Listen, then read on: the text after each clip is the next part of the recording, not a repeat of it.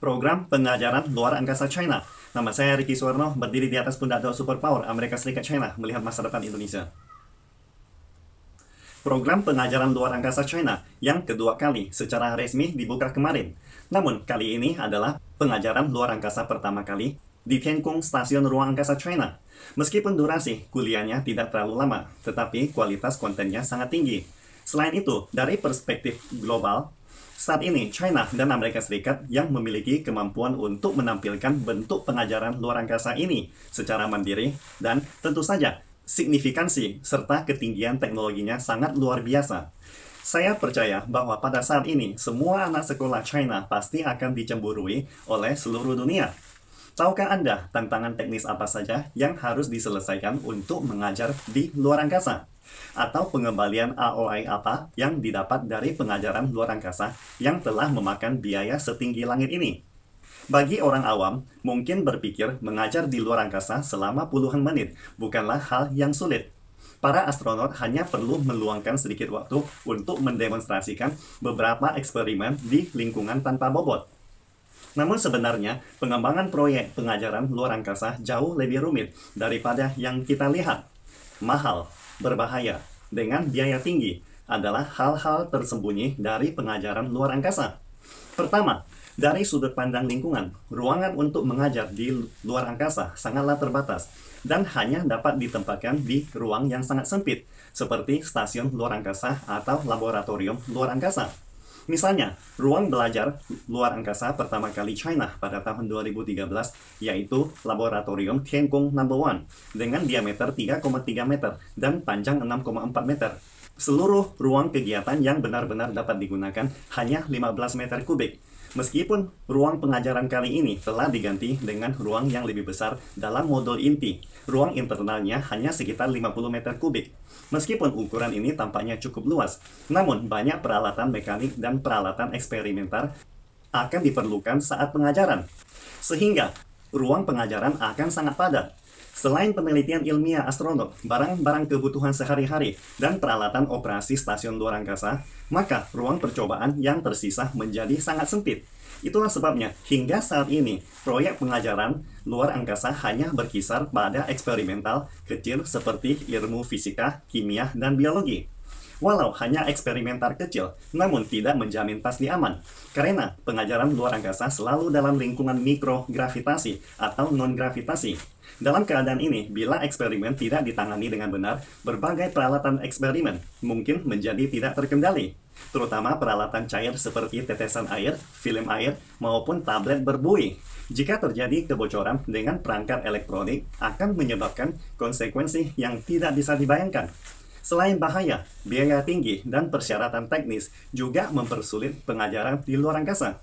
Seperti pengajaran luar angkasa pada tahun 2013, berat total peralatan eksperimen sekitar 3 kg, biaya transportasi kargo antariksa sekitar $20.000 per kilogram. Dengan kata lain, biaya pengajaran luar angkasa selama 45 menit telah menghabiskan $60.000 untuk satu eksperimen saja. Target pengajaran luar angkasa kali ini adalah puluhan juta siswa SD dan SMP seluruh China. Konten kursusnya harus berkualitas tinggi. Oleh karena itu, ketiga astronot harus melakukan banyak persiapan sebelum mengajar, seperti merancang dan merencanakan waktu pengajaran, penjelasan isi percobaan, dan persiapan pelajaran. Bahkan dosen utama Ibu Wang Yaping harus meluangkan waktu untuk belajar dari para profesor selama di bumi untuk menghindari kesalahan isi kuliah. Sebagai contohnya, seminggu sebelum pengajaran, ketiga astronot harus berkoordinasi dengan personel di bumi untuk menentukan isi dan waktu pengajaran. Waktu dan energi yang dikuras oleh seluruh proses jauh lebih berat daripada pekerjaan sehari-hari mereka di luar angkasa. Istilahnya, pertunjukan 1 menit di atas panggung membutuhkan waktu 10 tahun untuk persiapan. Untuk memastikan kualitas pengajaran, para astronot perlu membangun sistem komunikasi antara bumi dengan luar angkasa. Seperti diketahui, stasiun luar angkasa Tiangong China terbang mengelilingi bumi di sepanjang orbit rendah bumi dengan kecepatan terbang mencapai 7,8 km per detik. Artinya, pengajaran selama puluhan menit yang berada pada 400 km di atas permukaan bumi ini telah terbang lebih dari setengah lingkaran mengelilingi planet bumi. Sistem komunikasi untuk mengajar di luar angkasa harus memastikan bahwa sinyal terhubung secara terus-menerus dan stabil selama proses berlangsung. Singkatnya, kelas online khusus ini tidak boleh terputus. Jadi, untuk memastikan langkah ini, China telah secara bertahap meningkatkan sistem satelit relay sejak tahun 2008. Dalam 12 tahun, mereka telah meluncurkan 6 satelit Skylink, berhasil menciptakan satu set sistem satelit relay dengan jangkauan global untuk memastikan implementasi sempurna dari proyek pengajaran luar angkasa ini. Saat ini, stasiun luar angkasa China telah memasuki tahap operasi formal. Dengan kata lain, di masa depan, pengajaran luar angkasa China mungkin akan menjadi norma, sehingga tidak lama nantinya, anak cucu mereka akan mendapatkan ekstra kurikulum pelajaran luar angkasa di SD dan SMP. Mungkin ada teman-teman yang bertanya, apa yang didapatkan China setelah membakar begitu banyak uang dan waktu untuk mengajar di luar angkasa? Jawabannya, the future, masa depan. Demi masa depan teknologi, demi masa depan industri, demi masa depan kedirgantaraan China. NASA pernah menulis tentang mengapa manusia menjelajahi alam semesta, mengatakan, kemajuan teknologi manusia seringkali bukan merupakan terobosan selangkah demi selangkah. Kadang perlu merumuskan tujuan besar dan menantang untuk merangsang usaha dan tindakan ilmiah, di mana pada akhirnya beberapa penemuan baru yang tidak terduga akan terciptakan dalam proses ini. Hal ini berlaku untuk eksplorasi ruang angkasa dan pengajaran luar angkasa. Misalnya, untuk mewujudkan pengajaran luar angkasa, teknologi komunikasi jangka panjang yang telah China siapkan kini telah menjadi jalur terpenting bagi komunikasi negeri tirai bambu dengan ruang angkasa. Selain itu, teknologi space tracking yang membentang lebih dari separuh bumi selama pengajaran puluhan menit telah menjadi terobosan besar yang dapat diterapkan pada bidang militer atau navigasi. Teknologi kedirgantaraan China pasti akan menciptakan semakin banyak surprise untuk teknologi tercanggih kedirgantaraannya di masa depan.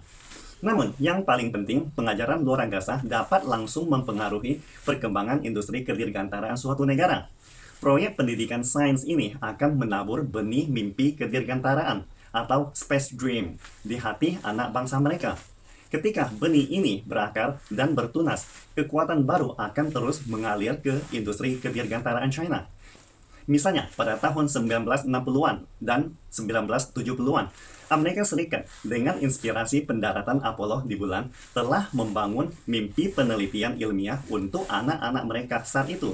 Setelah itu, para talenta yang tak terhitung jumlahnya terus mengalir ke bidang teknik kedirgantaraan, ilmu alam, penelitian ilmiah, dan eksplorasi. Ini secara langsung menyebabkan ledakan talenta penelitian ilmiah pada tahun 90-an, sehingga menciptakan lompatan ekonomi yang ajaib bagi Amerika Serikat. Sederhananya, program pengajaran luar angkasa adalah proyek dengan investasi tinggi, pengembalian ROI yang lambat dan jangka panjang. Mungkin tidak dapat melihat hasil yang efektif selama beberapa tahun, atau bahkan puluhan tahun. Tetapi, bila dapat dipertahankan, pada saat panen, apa yang kita peroleh akan jauh lebih banyak daripada apa yang telah kita investasikan sekarang. Justru, karena peran jangka panjang dan penting inilah sebagian besar negara di dunia sekarang bekerja keras untuk mengembangkan proyek kurikulum ruang angkasa mereka sendiri. Negara seperti Jepang, Uni Eropa, dan India yang belum memiliki kemampuan luar angkasa berawak dan sistem satelit relay cakupan global.